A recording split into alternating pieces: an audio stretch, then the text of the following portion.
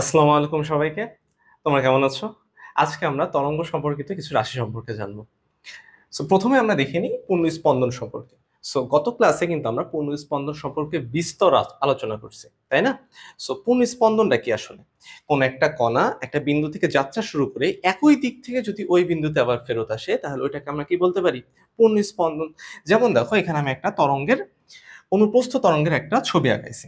তাহলে দেখো এই যে ও বিন্দু থেকে এই বিন্দু পর্যন্ত এটা কি হবে? একটা আমাদের পূর্ণ স্পন্দন হবে, তাই না?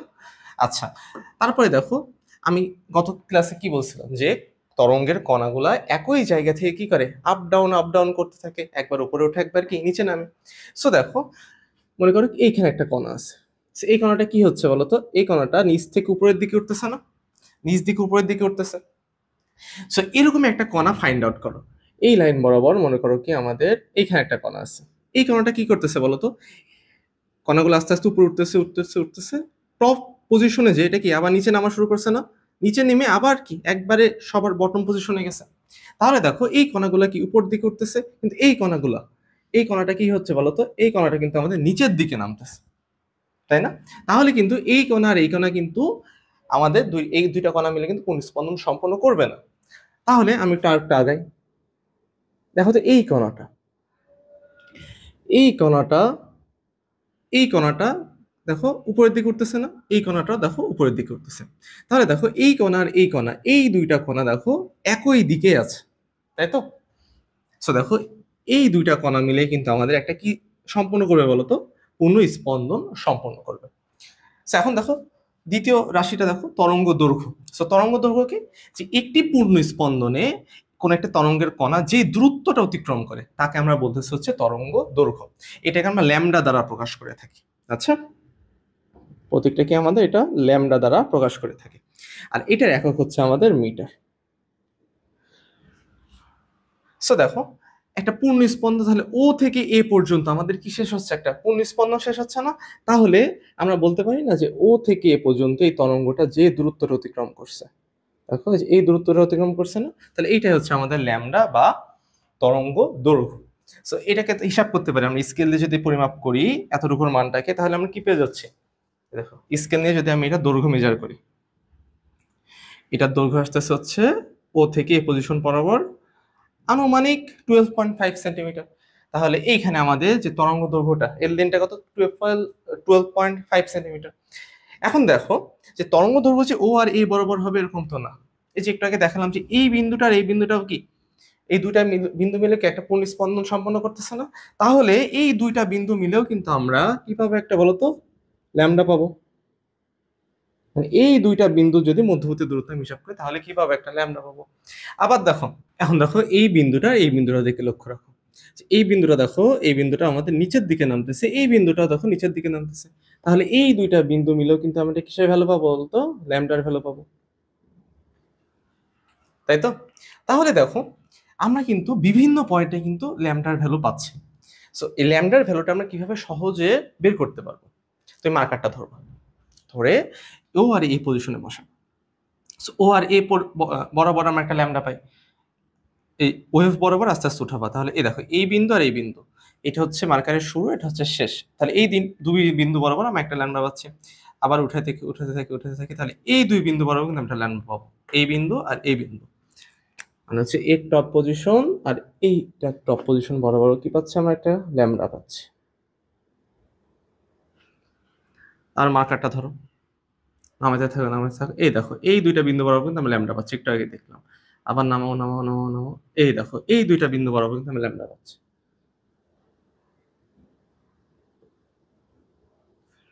তাই তো? আবার দেখো এটা আবার উঠাতে থাকবো। এই যে এই পয়েন্টটা অবশ্যই এই যে এই ওয়েভ বরাবর তুমি পরিচালনা করবে, তাহলে বুঝতে পারবা যে এখান থেকে নিয়ে আনলাম এইখানে এসে এই বিন্দুতে আসছে। দেখো এটা হচ্ছে স্টার্টিং, এটা হচ্ছে শেষ। তাহলে এই পয়েন্ট আর ওই পয়েন্ট বরাবরও কিন্তু আমরা একটা কি পাচ্ছি? ল্যামডা পাচ্ছি। তাহলে তাহলে ল্যামডা কিন্তু আমরা বিভিন্ন পয়েন্ট দিয়ে কিন্তু আমরা বের করতে পারছি, তাই না? দেখো এটা গেল হচ্ছে আমাদের কি তরঙ্গ দৈর্ঘ্য। এবার দেখে হচ্ছে পর্যায়কাল। পর্যায়কাল কি? পর্যায়কাল হচ্ছে কোন একটি তরঙ্গ একটি পূর্ণ স্পন্দন সম্পন্ন করতে যে সময়টা লাগে। আচ্ছা, সো সেই সময়টাকে আমরা বলতেছি হচ্ছে পর্যায়কাল। তো এটার একক কি? এটার একককে হচ্ছে সেকেন্ড দ্বারা প্রকাশ করতেছি, আর এটা প্রতীক হচ্ছে আমাদের বড় হাতের টি। সো এই যে একটা তরঙ্গের কণার এই জিরো থেকে এ বিন্দুতে, মানে এই যে ল্যামডা দূরত্ব যেতে যে সময়টা লাগছে, সেই সময়টা হচ্ছে আমাদের কি বলতো পর্যায়কাল বা কি বড় হাতের টি। আচ্ছা, ধরি নি যে আমাদের এন সংখ্যক পূর্ণ স্পন্দন সম্পন্ন করতে আমাদের টি সেকেন্ড সময় লাগে। সো কি ধরে নিলাম যে আমাদের এন সংখ্যক পূর্ণ স্পন্দন সময় সম্পন্ন করতে আমাদের টি সেকেন্ড সময় লাগে। তাহলে একটি পূর্ণ স্পন্দন সম্পন্ন করতে আমাদের কি লাগবে? টি বাই এন সেকেন্ড সময় লাগবে না? এন সংখ্যক সম্পন্ন করতে যদি টি সেকেন্ড সময় লাগে, তাহলে একটি সম্পন্ন করতে কত লাগবে? টি বাই এন। ঐকিক নিয়ম আমাদের সিম্পল। আর একটি পূর্ণ স্পন্দন সম্পন্ন করতে যে সময় লাগে ওইটাকে আমরা কি বলতেছি? পর্যায়কাল না? তাহলে টি ইকুয়াল আমরা কি লিখতে পারি? তা হতো ছোট হাতের টি বাই বড় হাতের এন। পর্যায়কালে এটা একটা ছোট থেকে সূত্র আছে, এটা তোমরা তুলে নিতে পারো। টি বাই এন। এখানে টিটা কি? টিটা হচ্ছে আমাদের সময় যত সংখ্যক পূর্ণ স্পন্দন সম্পন্ন হয়েছে তার। মনে করো কি আমাদের পাঁচটি পূর্ণ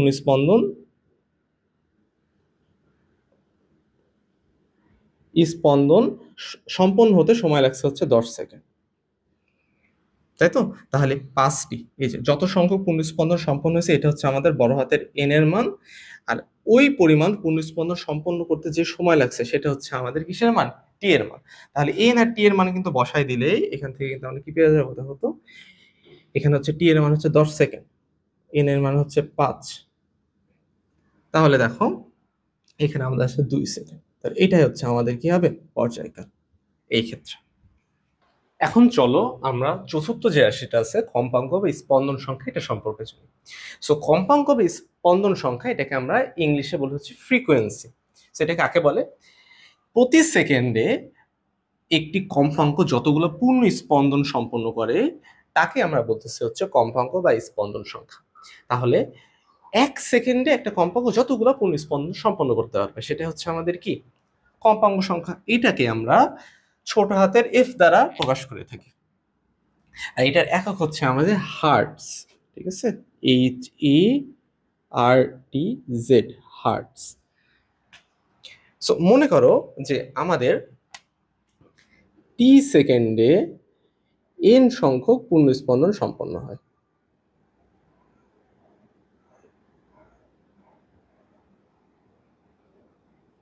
যদি আমাদের টি সেকেন্ডে এন সংখ্যক পূর্ণ স্পন্দন সম্পন্ন হয়, তাহলে এক সেকেন্ডে আমাদের কয়টা পূর্ণ স্পন্দন সম্পন্ন হবে? এন বাই টি সংখ্যক পূর্ণ স্পন্দন।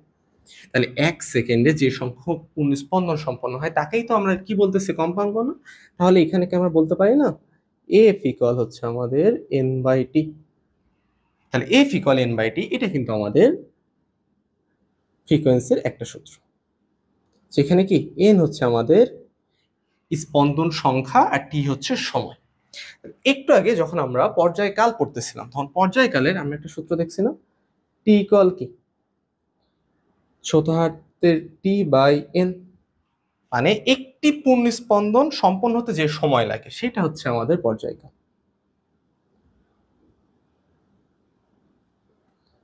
আচ্ছা, এখন দেখো তো এই যে এফটাকে, এফ এর এই মানটাকে কি আমরা এভাবে লিখতে পারি? 1 বাই টি বাই এন। লেখা যায় না? 1 বাই টি বাই এন একই তো হচ্ছে, ভাগটা উপরে গেলে কি হচ্ছে? গুণ আকারে চলে আসতেছে এনটা। তাহলে যে এই মানটা কার সমান? এটি এর সমান না? তাহলে এফ ইকুয়ালকে আমরা লিখতে পারি 1 বাই টি। তাহলে এই যে এফ ইকুয়াল 1 বাই টি, এটা হচ্ছে আমাদের কম্পাঙ্ক এবং পর্যায়কালের মধ্যবর্তী সম্পর্ক।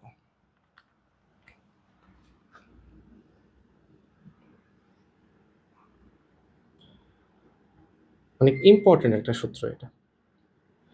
সো দেখতে পাচ্ছ যে কম্পাঙ্ক এবং পর্যায়কালের সম্পর্কটা কি বলতো? এটা কিন্তু একটা ব্যস্তানুপাতিক সম্পর্ক। মানে আমাদের যদি পর্যায়কালটা বাড়ে তাহলে এটা কি হবে? কমবে।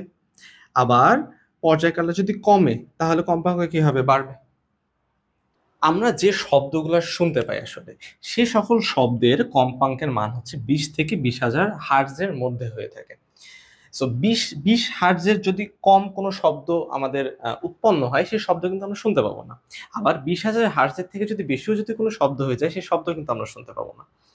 সো 20 হার্টজ থেকে কমে যে শব্দগুলো উৎপন্ন হয় সেই শব্দগুলোকে বলা হয় হচ্ছে আমাদের শব্দেতর শব্দ বা হচ্ছে ইনফ্রাসাউন্ড। আর 20,000-এর বেশি যেই শব্দগুলো আমাদের উৎপন্ন হয় 20,000 হার্টজের বেশি সেগুলোকে বলা হচ্ছে আমাদের শব্দতর শব্দ, যাকে বলতেছে আমরা আল্ট্রাসাউন্ড। সো 20 হার্টজের নিচে দেখো যেমন ভূমিকম্প। সো ভূমিকম্প যখন হয় ভূমিকম্পের যে সাউন্ডটা আসে না এটা কিন্তু 20 হার্টজের নিচে হয়ে থাকে, কিন্তু এর ক্ষয়ক্ষতির পরিমাণ কিন্তু অনেক বেশি হয়, তাই না? যে আমাদের যে ভূমিটা কাঁপে এটা কিন্তু আমাদের শব্দেতর শব্দ। আচ্ছা, ভূমিকম্প আছে, তারপর হচ্ছে আমাদের সুনামি আছে। ভূমিকম্প, সুনামি এগুলো কিন্তু সবই কি শব্দেতর শব্দের উদাহরণ। তারপরে হাতি, তিমি মাছ। হাতি, তিমি মাছ এরা এই যে 20 হার্টজের কম শব্দ কিন্তু শুনতে পায়, ঠিক আছে? এই 20 হার্টজের শব্দ কম যে শব্দগুলো আছে এগুলো কিন্তু দীর্ঘ দূরত্ব পর্যন্ত যেতে পারে। এজন্য কিন্তু এই হাতি, তিমি মাছ কিন্তু অনেক দূর দূরত্ব পর্যন্ত তাদের কিন্তু যোগাযোগ স্থাপন করতে পারে। এবার আসে হচ্ছে আমরা শব্দতর শব্দ নিয়ে, আল্ট্রাসাউন্ড নিয়ে। প্রথমে যে কথাটা আছে আল্ট্রাসাউন্ড, কথাটা কোথাও শোনা শোনা লাগতেছে? তোমরা কিন্তু জীবনে কোনো না কোনো একটা পর্যায়ে আল্ট্রাসোনোগ্রাফি করছো, মানে আছে আল্ট্রাসোনোগ্রাফি।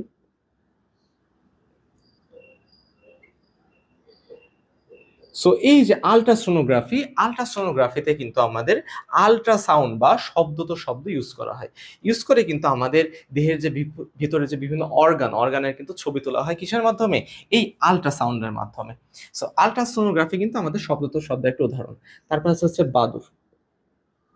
বাদুর কিন্তু আমাদের এই শব্দতর বা আল্ট্রাসাউন্ড ইউজ করে কিন্তু রাতে চলাফেরা করে। তারপরে যখন সাবমেরিন, তো তোমরা সবাই চেনো তাই না? সাবমেরিন কোনটা, যে পানির মধ্যে থাকে। সো সাবমেরিন পানির মধ্যে তো কিছু দেখা যায় না আসলে, তাই না? অনেক তো অন্ধকার থাকে পানির মধ্যে, বিশেষ করে সমুদ্রের মধ্যে। সো সাবমেরিন কি করে, এই আল্ট্রাসাউন্ডের মাধ্যমে আইডেন্টিফাই করতে পারে যে তার সামনে কোন বস্তু আছে, মাছ আছে না পাথর আছে কি আছে। আবার একটা সাবমেরিন আরেকটা সাবমেরিনের সাথে সংযোগ স্থাপন করার জন্য কিন্তু এই আল্ট্রাসাউন্ডটা সাবমেরিন কিন্তু ব্যবহার করে থাকে। তরঙ্গবেগ, তরঙ্গবেগ কি? কোন একটা মাধ্যমে তরঙ্গ একক সেকেন্ডে যে দূরত্ব অতিক্রম করে তাকে বলতেছে হচ্ছে আমরা তরঙ্গবেগ। সো তোমরা গতি চ্যাপ্টারে কিন্তু তরঙ্গ পড়ে আসছো, যে 1 সেকেন্ডে কোন একটা বস্তু যে দূরত্বটা অতিক্রম করে তাকে আমরা কি বলতেছি? বেগ বলতেছি না? সো এই ক্ষেত্রেও সেম। সো এই তরঙ্গ বেগকে আমরা ভি দ্বারা প্রকাশ করে থাকি এবং তরঙ্গ বেগের একক হচ্ছে আমাদের মিটার পার সেকেন্ড, যেটা কি আমাদের গতি চ্যাপ্টারে যে বেগের এককটা ছিল সেটাই কিন্তু আমাদের তরঙ্গ বেগের একক, দুটা কিন্তু সেমই। আচ্ছা, সো দেখো একটা তরঙ্গ একটা পূর্ণ স্পন্দন সম্পন্ন করতে যে দূরত্ব অতিক্রম করে তাকে কি বলা হয়? ল্যামডা বলা হয় না, বা তরঙ্গ দৈর্ঘ্য বলা হয়। সো পূর্ণ স্পন্দন,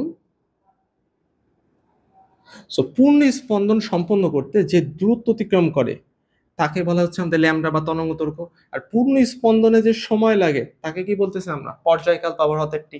তাহলে আমরা কি এটা বলতে পারি না যে ল্যামডা দূরত্ব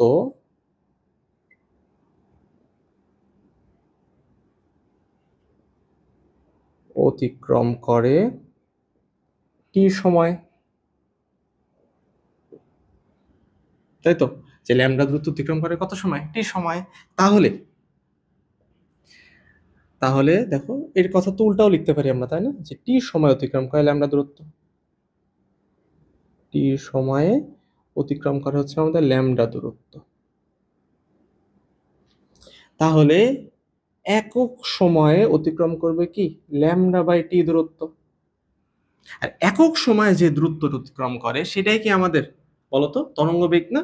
তাহলে আমরা কি লিখতে পারি V equal lambda by T. তাহলে এটা কিন্তু আমাদের কিসের সূত্র হয়ে গেল? এটা কিন্তু আমাদের বেগের সূত্র।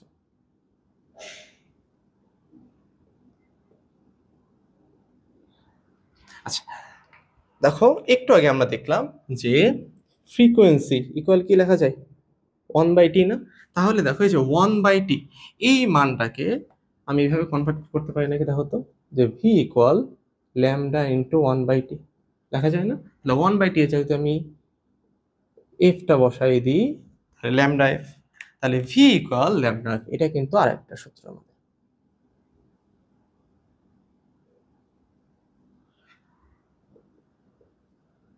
একটা হচ্ছে V equal lambda by T, একটা হচ্ছে ভি ইকুয়াল কি ল্যামডা এফ।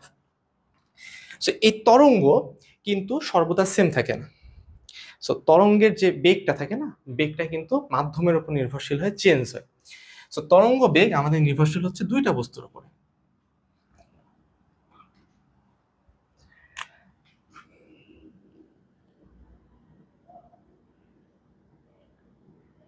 তরঙ্গ বেগটা হচ্ছে আমাদের দুইটা বস্তুর উপর নির্ভরশীল, একটা হচ্ছে আমাদের মাধ্যমের উপর নির্ভরশীল, আর একটা হচ্ছে আমাদের তাপমাত্রার উপর নির্ভরশীল। যদি তাপমাত্রা চেঞ্জ হয় তাহলে কিন্তু আমাদের তরঙ্গ বেগটা চেঞ্জ হয়ে যাবে, আবার যদি আমাদের মাধ্যম চেঞ্জ হয়ে যায় তাও কিন্তু আমাদের তরঙ্গ বেগটা চেঞ্জ হয়ে যাবে। সো দেখো, তাপমাত্রার ক্ষেত্রে যদি তোমাকে বলি, তাপমাত্রার সাথে তরঙ্গ বেগের সম্পর্ক আছে, সেটা হচ্ছে ভি সমানুপাতিক √টি। সো দেখো, বুঝতে পারতেছো যে ভি আর টি এর মধ্যে যে সম্পর্কটা, কিসের সম্পর্ক? সমানুপাতিক সম্পর্ক। তাহলে টি এর মান যদি বাড়ে তাহলে কি ভি এর মানও বাড়বে, তাই তো? আবার দেখো টি এর মান যদি কমে তাহলে কি ভি এর মানও কমবে। এখন দেখো গ্রীষ্মকালে, গ্রীষ্মকালে কি তাপমাত্রা অনেক বেশি থাকে না? আবার শীতকালে তাপমাত্রা অনেক কম থাকে। যখন শীত পরে দেখবে যে আশেপাশে অনেক সুনসান, মনে হচ্ছে কোনো সাউন্ডই নাই। আবার গ্রীষ্মকাল আসলে অনেক চেঁচামেচি শুরু হয়ে যায় আশেপাশে, তাই না? তো এটা কিন্তু হয় তরঙ্গ বেগের কারণে আসলে। তো গ্রীষ্মকালে যখন তাপমাত্রাটা বেড়ে যায় তখন কি তরঙ্গ বেগের মানটাও বেড়ে যায়, যার ফলে তরঙ্গের যে বেগটা এটা অনেক দূর পর্যন্ত যেতে পারে, ঠিক আছে, অনেক ফাস্ট ট্রাভেল করে তরঙ্গ, যার ফলে আমরা একটু সাউন্ড হলে কিন্তু এই শব্দটা শুনতে পাই। কিন্তু শীতকালে কিন্তু কি আমাদের তাপমাত্রা অনেক কম থাকে না? যেহেতু তাপমাত্রা কম থাকে তাহলে আমার কি তরঙ্গের যে বেগটা থাকে এটাও কম থাকে, যার ফলে কিন্তু আমরা এই তরঙ্গটা বেশি শুনতে পারি না, মানে সাউন্ডটা বেশি দূর ট্রাভেল করতে পারে না আমাদের। সো আরেকটা হচ্ছে আমাদের মাধ্যম। সো এই তরঙ্গে যে বেগটা কিন্তু মাধ্যমের উপর নির্ভরশীল। যেমন দেখো, পানি প্রথমে দেখেছি বায়ু মাধ্যমে। সো বায়ু মাধ্যমে আমাদের তরঙ্গের বেগটার মান হচ্ছে দেখো 330 মিটার/সেকেন্ড। তারপর হচ্ছে পানি মাধ্যমে আমাদের তরঙ্গে দেখো বেগটা হচ্ছে 1493 মিটার/সেকেন্ড। তারপরে হচ্ছে আমাদের কঠিন মাধ্যমে, ঠিক আছে, কঠিন মাধ্যমে হচ্ছে আমাদের 5130 মিটার/সেকেন্ড। তাহলে দেখো এই তরঙ্গের যে বেগটা মাধ্যমের উপর নির্ভরশীল। দেখো তরঙ্গের বেগ বায়ু মাধ্যমে তরঙ্গের বেগ এক থাকে, পানি মাধ্যমে তরঙ্গের বেগ আরেকটা থাকে, আবার লোহা মাধ্যমে তরঙ্গের বেগ আবার চেঞ্জ হয়ে যায়।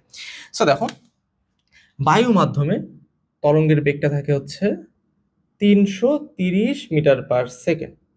পানি মাধ্যমে আমাদের তরঙ্গের বেগ থাকে হচ্ছে 1493 মিটার/সেকেন্ড।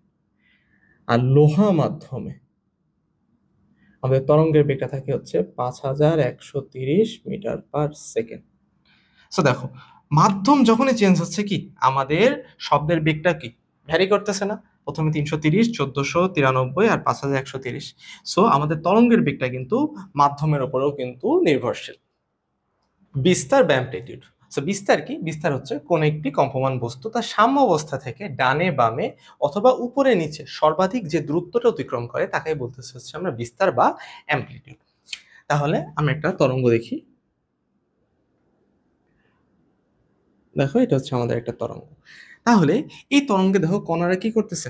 সাম্য অবস্থা থেকে একবার উপরে যাচ্ছে, নিচে, উপরে যাচ্ছে, একবার নিচে, তাই না? তাহলে উপরের সর্বোচ্চ দেখো এই কণাটা আছে না, এই বিন্দুতে, এটা হচ্ছে সর্বোচ্চ। আর যদি বলি সর্বনিম্ন, নিচের দিকে সর্বোচ্চ কতটুকু আছে, সেটা হচ্ছে এই বিন্দুটা। তাহলে এই বিন্দুটা সাম্য অবস্থা থেকে যে দূরত্ব অতিক্রম করছে সেটাই হচ্ছে আমাদের কি বিস্তার। আর বিস্তারকে আমরা ছোট হাতের এ দ্বারা প্রকাশ করে থাকি। আচ্ছা, তাহলে যে এই লেনটা তুমি যদি স্কেল দিয়ে লেনটা মাপো তাহলে এটা হয়ে যাবে হচ্ছে আমাদের তরঙ্গের জন্য বিস্তার, অথবা এটাও বিস্তার। আচ্ছা, এই দুটো এর মান সেম কিন্তু, ওকে।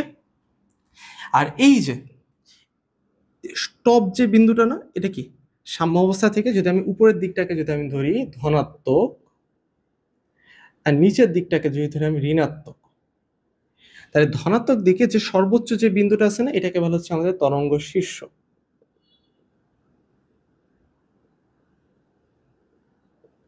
এটাকে হচ্ছে আমাদের বলে তরঙ্গ শীর্ষ, যে এই পয়েন্টটা, যে পয়েন্টটা হচ্ছে টপ লেভেল আছে। আর যে বটম শীর্ষটা আছে এটাকে বলে তরঙ্গ পাদ।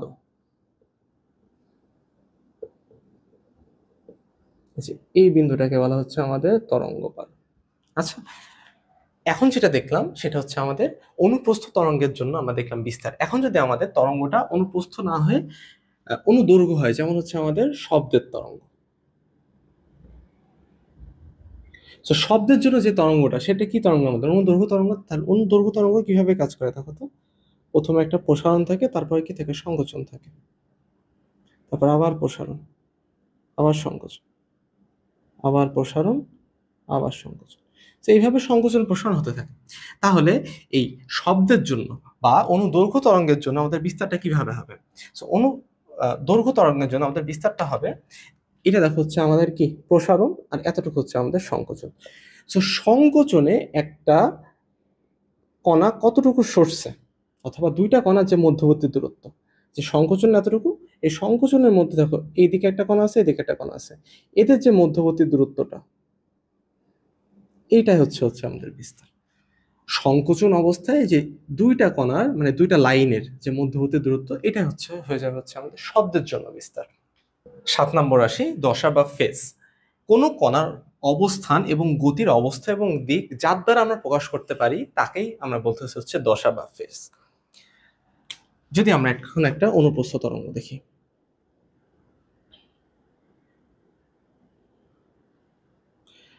এটা মনে করি একটা অনুপ্রস্থ তরঙ্গ।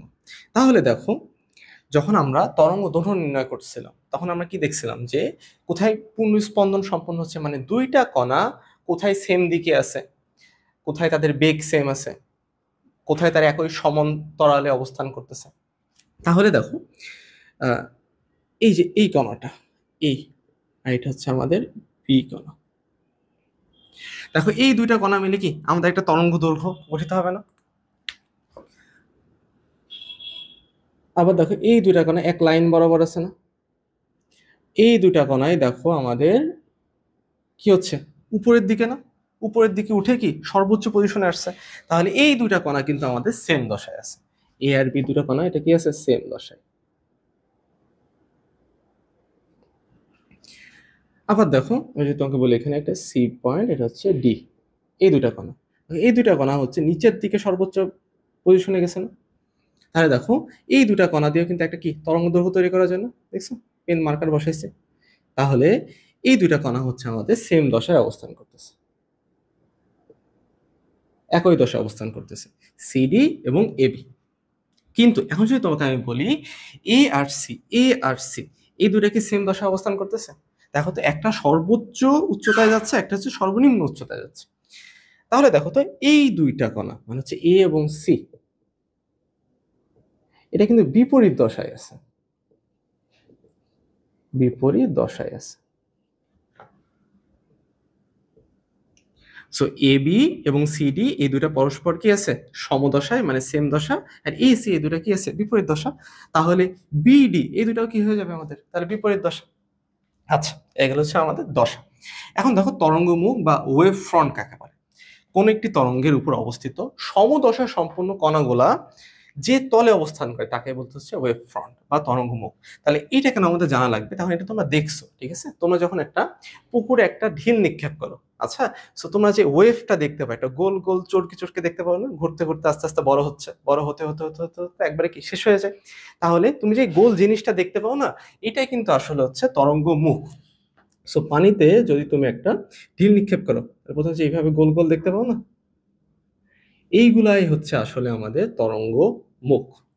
তীব্রতা বা ইন্টেন্সিটি। সো শব্দের তীব্রতা বা ইন্টেন্সিটি কি? যে একক ক্ষেত্রফলের মধ্য দিয়ে যে পরিমাণে শক্তি সঞ্চারিত হয় তাকে বলতেছে হচ্ছে আমরা শব্দের তীব্রতা বা ইন্টেন্সিটি। তাহলে মনে করো আমি যে কথা বলতেছি, তাহলে এই শব্দটা যে কথা বলতেছি না তোমাদের সাথে, তাহলে এইখানে একটা আমরা একক ক্ষেত্রফলের একটা অঞ্চল আমরা কল্পনা করে নিই। আচ্ছা, তাহলে এই ক্ষেত্রফলের মধ্য দিয়ে, এটা মনে করি ক্ষেত্রফল হচ্ছে এ, এই ক্ষেত্রফলের মধ্য দিয়ে যে পরিমাণে আমাদের শক্তি সঞ্চারিত হবে তাকেই বলতেছে হচ্ছে আমরা কি শব্দের তীব্রতা। আচ্ছা, তাহলে শব্দের তীব্রতার সূত্রটা হচ্ছে আমাদের, দেখো, ই এ টি। তাহলে ইটা কি? ইটা হচ্ছে আমাদের শক্তি, এটা হচ্ছে এই ক্ষেত্রফলের মানটা, আর টিটা হচ্ছে সময়।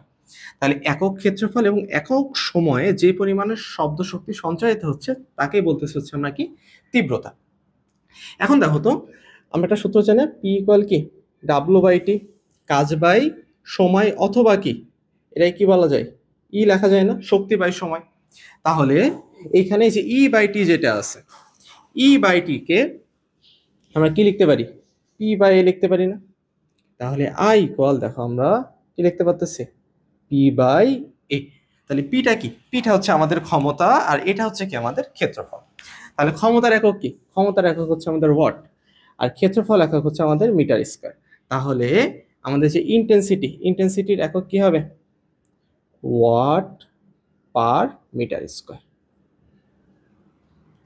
এটা হচ্ছে আমাদের কিসের একক, ইন্টেন্সিটির একক। সো তীব্রতা, এই একটা সূত্র তো আছে, তীব্রতা আরেকটা সূত্র আছে, ঠিক আছে? সেটা হচ্ছে যে তীব্রতাটা হচ্ছে বিস্তারের বর্গের সমানুপাতিক। এই যে একটু আগে দেখলাম যে বিস্তার, যে সাম্যাবস্থান থেকে উপরে নিচে অথবা ডানে বামে সর্বোচ্চ যে দূরত্ব যাচ্ছে সেটা হচ্ছে আমাদের বিস্তার। তাহলে আমাদের কিন্তু এই ইন্টেন্সিটিটা কিন্তু এই বিস্তারের কিসের সমানুপাতিক, বর্গের সমানুপাতিক। মানে আমাদের বিস্তারটা যত বাড়বে, তরঙ্গের বিস্তার যত বাড়বে তত আমাদের ইন্টেন্সিটির মানটা কি পাবে, বৃদ্ধি পাবে।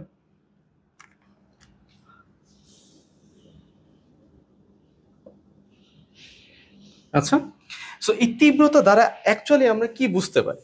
তীব্রতা দ্বারা কিন্তু আমরা বুঝতে পারি একটা শব্দ কতটা জোরে বা আস্তে শোনা যাচ্ছে, জোরে বা আস্তে। এই যে আমি তোমাদের সাথে কথা বলতেছি, জোরে শোনা যাচ্ছে না, বাট এই যে কথা বলতেছি আস্তে আস্তে কথা বলতেছি না। তাহলে এই দুটো শব্দের মধ্যে কি পার্থক্য আছে না? একটা জোরে শোনা যাচ্ছে, একটা কি শোনা যাচ্ছে, আস্তে শোনা যাচ্ছে। এইটাই কিন্তু আমরা বুঝতে পারি হচ্ছে ইন্টেন্সিটি দ্বারা। যে শব্দের তুমি জোরে শুনতে পাচ্ছ তার ইন্টেন্সিটি বেশি, আর যেটা তুমি আস্তে শুনতে পাচ্ছ তার ইন্টেন্সিটি কি কম, ঠিক আছে? সো শব্দের লেভেলকে আমরা পরিমাপ করি হচ্ছে, তীব্রতা লেভেলের একক হচ্ছে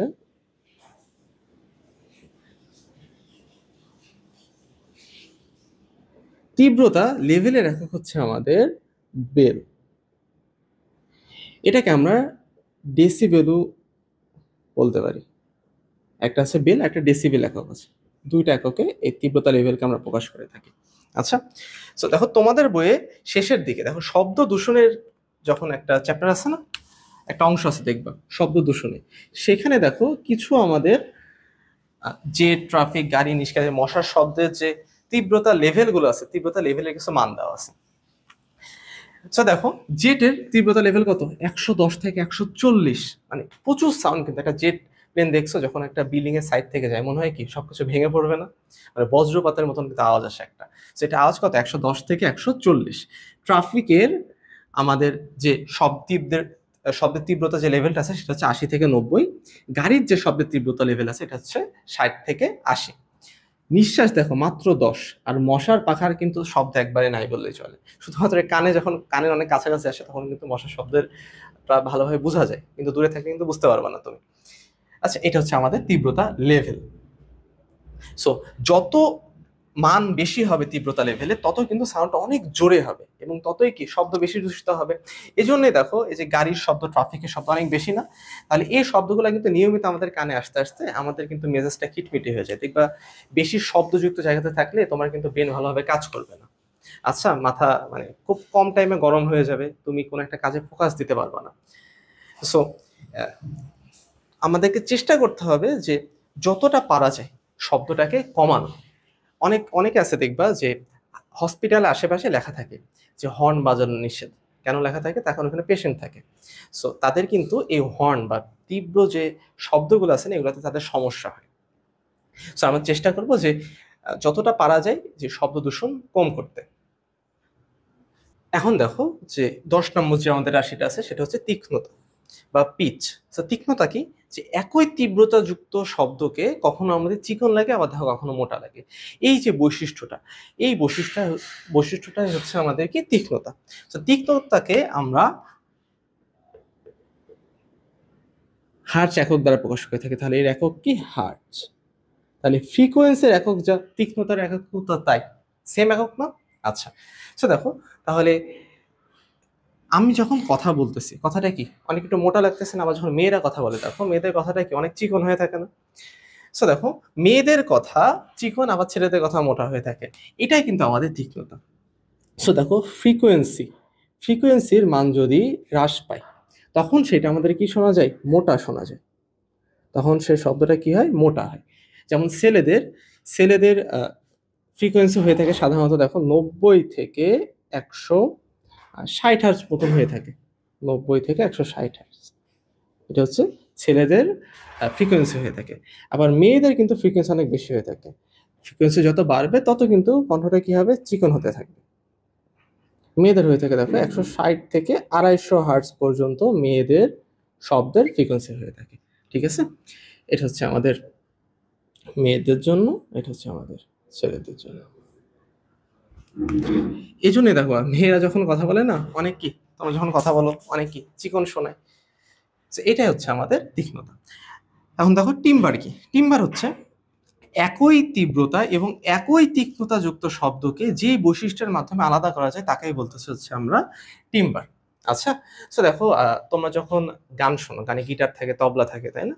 সো এই গিটার, তবলা বা পিয়ানো যে তোমার বাদ্যযন্ত্রগুলো থাকে, এগুলো যদি আমাদের তীক্ষ্ণতা এবং তীব্রতা যদি সেম হয়, তাও দেখো সুর আলাদা লাগে না? সো তুমি যেই বৈশিষ্ট্যের মাধ্যমে এই ডিফারটা করতে পারবা যে কোনটা আমাদের পিয়ানো এবং কোনটা হচ্ছে আমাদের গিটার, সেই বৈশিষ্ট্যটাই হচ্ছে আমাদের টিম্বার। এখানে তো আমাদের একটা বিষয় জানতে হবে যে আমাদের যে ফ্রিকোয়েন্সি বা কম্পাঙ্কটা আছে, আচ্ছা এটা কিন্তু আমাদের উৎসের উপর নির্ভর করে। উৎসের উপর এই কম্পাঙ্কটা আমাদের নির্ভরশীল।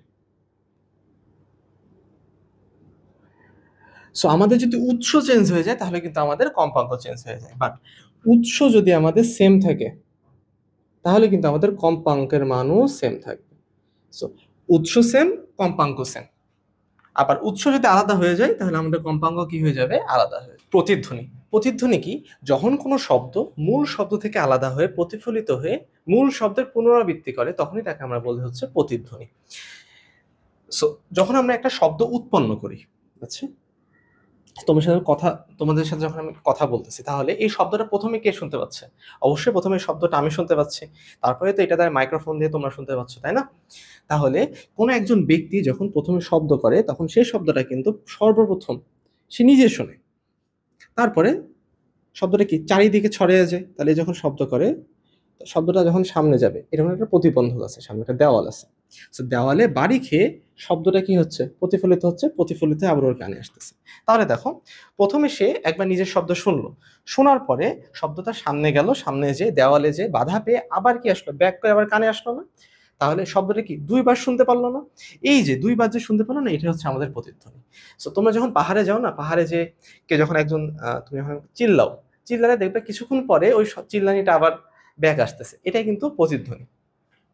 এখন এই প্রতিধ্বনির জন্য আমাদের একটা জিনিস জানা অনেক জরুরি, সেটা হচ্ছে কোন একটা শব্দ আমাদের মাথায় প্রসেস হতে সময় লাগে 0.1 সেকেন্ড। এইটা হচ্ছে আমাদের মস্তিষ্কের স্থায়িত্বকাল, শব্দের মস্তিষ্কে স্থায়িত্বকাল।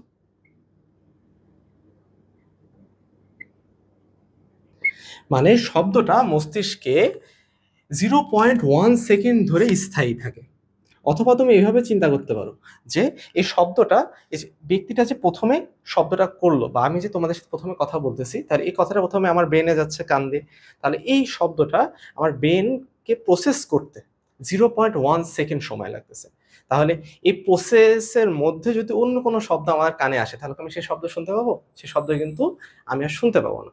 তাহলে এই যে প্রথমে তো একটা শব্দ এই ব্যক্তিটা উচ্চারণ করলো, তাই না? যে শব্দটা সে উৎপন্ন করলো, সেটা এর ব্রেন প্রসেস নিতে সময় লাগবে কত? 0.1 সেকেন্ড। আর প্রতিফলিত হয়ে যে শব্দটা আবার কানে আসবে, ওই শব্দটা যদি এই 0.1 সেকেন্ডের মধ্যে চলে আসে, তাহলে কি ওই শব্দটা শুনতে পাবে? সে কিন্তু ওই শব্দটা আর শুনতে পাবে না। তাহলে মনে করো যে আমাদের সর্বনিম্ন কত সেকেন্ড সময় লাগতেছে, আমাদের সর্বনিম্ন সময় লাগতেছে হচ্ছে 0.1 সেকেন্ড। আর এই প্রতিবন্ধক থেকে আমাদের এই ব্যক্তিটা দাঁড়ায় আছে হচ্ছে ডি দূরত্বে দাঁড়ায় আছে।